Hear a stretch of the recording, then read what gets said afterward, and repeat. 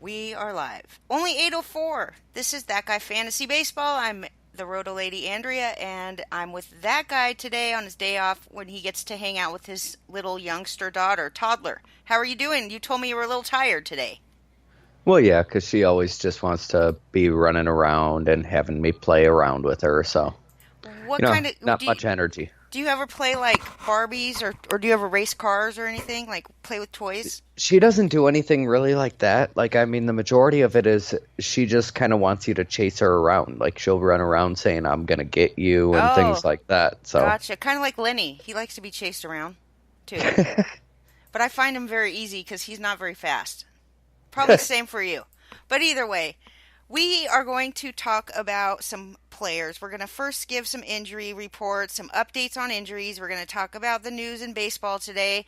And then we're going to play some buy, sell, or hold with a certain list of players. I actually saw a tweet this morning from Vlad Sedler, one of my favorites, and he said that it's officially the end of an era because I bid on Miggy Cabrera in a 12-team league. I bid $36 and there were no other bids on him at all. So he said it was officially an end to an era, and I said, I woke up today feeling like it was 2011 because I just rostered a team full of not a team, but my rosters have these players all over it since I went and picked them all up last night, which is Hunter Pence, uh, Alex Gordon. He's already been picked up, but he's rolling around on my teams. Albert Pujols, and I said Hunter Pence, Alex Gordon. Who else is it? Wilmer? No, I didn't put Wilmer Flores in there. But anyway, my point is, there's lots of like veterans making kind of like a resurgence right now in baseball.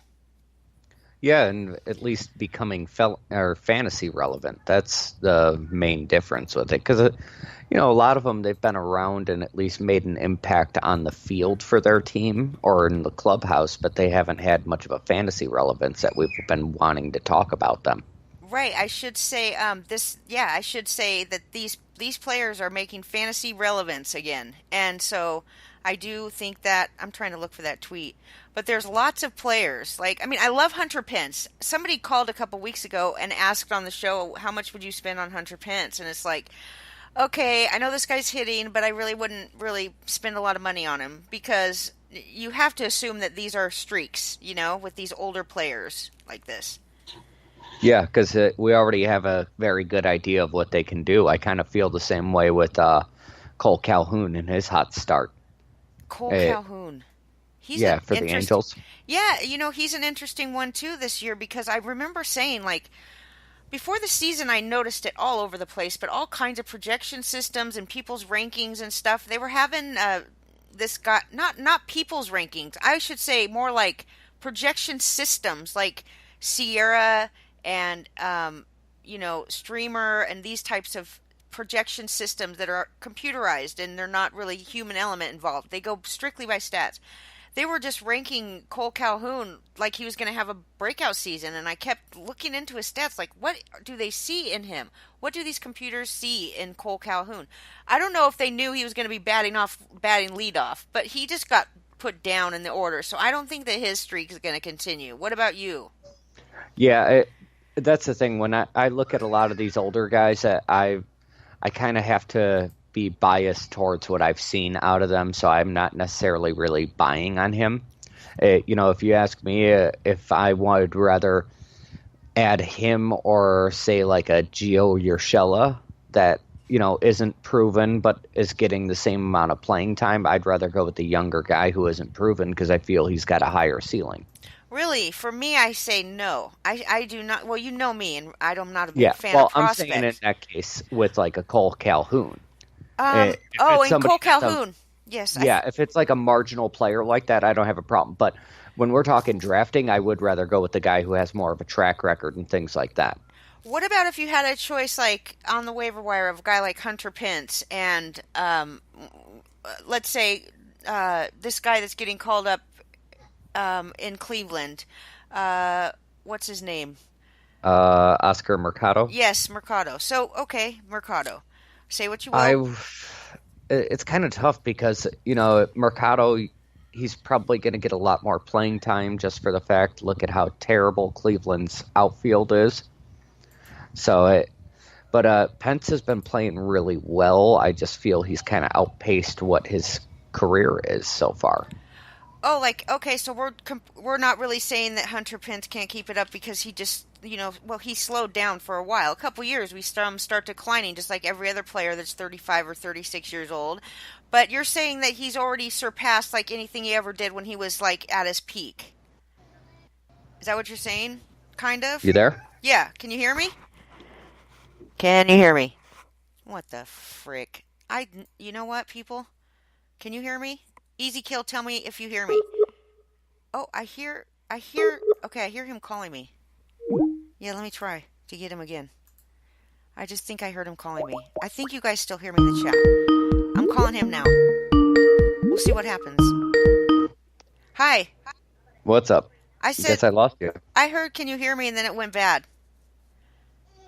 So if it goes bad again, then you call me back, okay? Because I feel like we have better connection when you call. But let's just roll with this for now until we have trouble. That is fine. Hi, Chloe. What's up, lady? She needs some Yeah, Barbies. she's chasing a cat around right now. Maybe you should play baseball with her. Do you think she... Well, that's actually kind of funny because when we were at the Sox game, we bought her a little bat and a ball, and when we bring her out in the backyard, she insists on bringing that with her. Oh, come on. Take advantage of this situation and go throw... You know how much energy, dude, you can expel out of a kid by throwing... Oh, I know. And so, you know what I actually do? I just take the ball, or I hit the ball to the back of the yard and let her go chase it down. I think, like, the ultimate goal of a parent, of a toddler that age, is... how can I get them to put out the most energy and to get taking a nap the longest and the soonest? So I could get some shit done. Okay. I mean, maybe let me look at some fantasy stats or anything. Anything. Anything. Just anything. Well, she will. She'll let you do that for about 5 minutes until you actually get, like, focused and into what you're doing, and then she... will inevitably need you. Believe me, I live with Lenny. Oh, you know what it actually is? I'll be sitting there and I'll start reading an article, and then all of a sudden she sees me on my iPad, so she wants it. I'm laughing so hard at Easy Kill right now. Okay. I tell Lenny, you have to stop doing the pregame show because it's not cute. And, I mean, every day I used to cut out the pregame show every day before I posted the shows. But now I'm so lucky that Spreaker does this automatically, right? But Lenny can't get out of the habit of doing a pregame show, and it's just horrible to listen to. Like, that whole thing that I talked about in the meetings about how you have, like, 15 seconds to get people to listen to your podcast. And Lenny does a fucking pregame show for, like, 8 minutes, and it's just, really, it's... Okay, so anyway, he knows what he's doing, and I think it's hilarious that he said, Easy Kill said, just let him listen to, let her, I don't even know who you're talking about, but I know that Easy Kill wants to, basically, if you want to get rid of somebody, you just let them listen to Lenny's pregame show, or this, what I'm doing right now. That's probably a good way to get rid of people, too. Okay, let's talk about some fantasy baseball. That's why you're here. That's what I am going to do 80% of the time. That's my goal. 80% of the time. People really do come here to hear about Lenny. So if we sit here and talk about him, we might get more people listening. I feel like that's really, I feel like talking about Lenny is probably not going to chase people off at this website anyway. Maybe some other website, but if you're here, like, you kind of know what you're dealing with. So, okay. And I feel like Lenny's show it's almost gotten to the point where you don't even have to write a description for the episodes. Everybody knows what it is, and it's been there for so long that it's, that takes a long time. That's 15 years or so of podcasts. Anyway, Miguel Sano's coming back soon. Hopefully he's coming back soon. Nelly Cruz went for some kind of x-ray today, so he wasn't, there's some kind of injury there. I'm not exactly sure what the injury is. Lenny told me this afternoon that he was going for some kind of MRI or something. Or X-ray. Anyway, Miguel Sano, I don't think that it depends on Nelson Cruz being hurt. Miguel Sano's been, first of all, the reason that he's out is because he had a cut on his foot. A cut. So, like, literally, dude, the amount of time that he's been out, and he didn't even go to spring training, too. So you tell me, dude, I cut my finger wide open and I like glued it back together. And every time I bent it, it like opened up again. I actually had to like, it was right on the knuckle. I actually had to put a splint on my finger and use this Stitches glue. It's skin glue, but you could use any kind of glue, by the way. If you ever cut your shit open, too bad.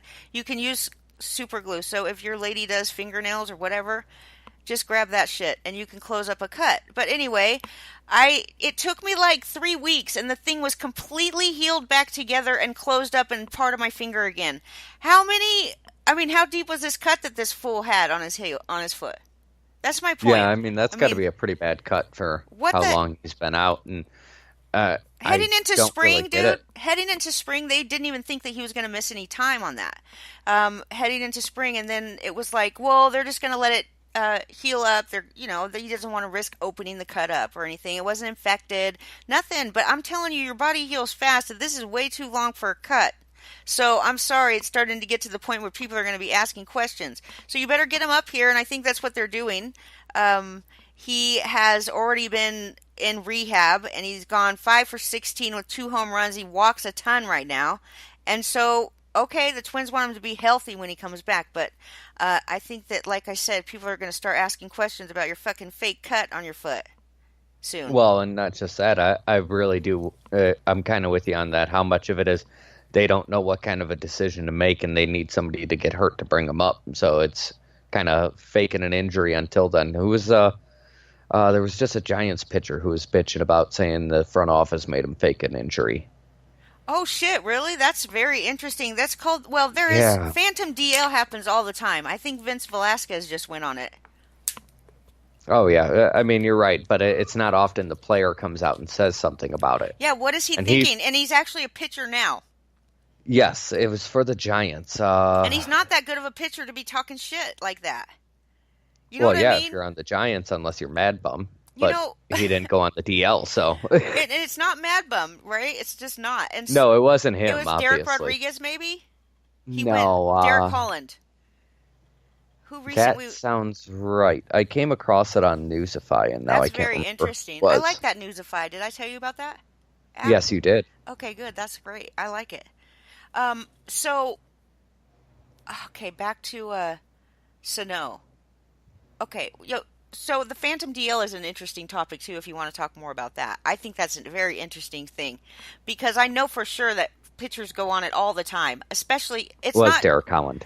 I just pulled it up. okay. Derek Collins. So he's going into the bullpen, by the way. So maybe he's pissed off about that.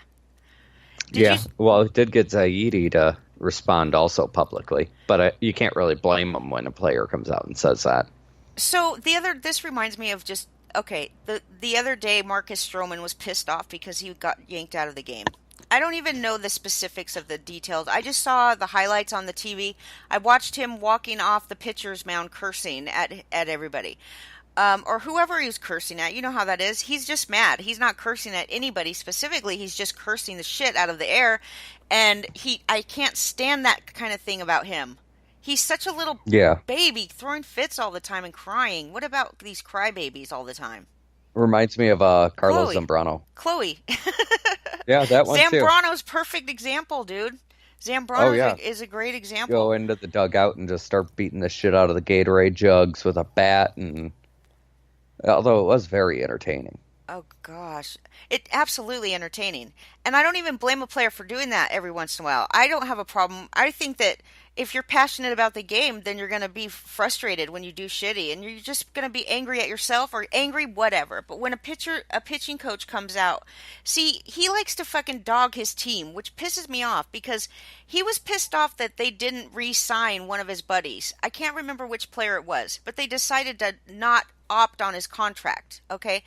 And Marcus Stroman goes on Twitter. And he is pretty interesting to follow on Twitter. I'm not going to say he's entertaining like Bauer, but because he's kind of I don't know. It's not that entertaining, but it's informative. He's very vocal on Twitter about how he feels about shit, and he's just he was pissed off at Toronto because they didn't tell him because they didn't say that they were not going to sign his friend.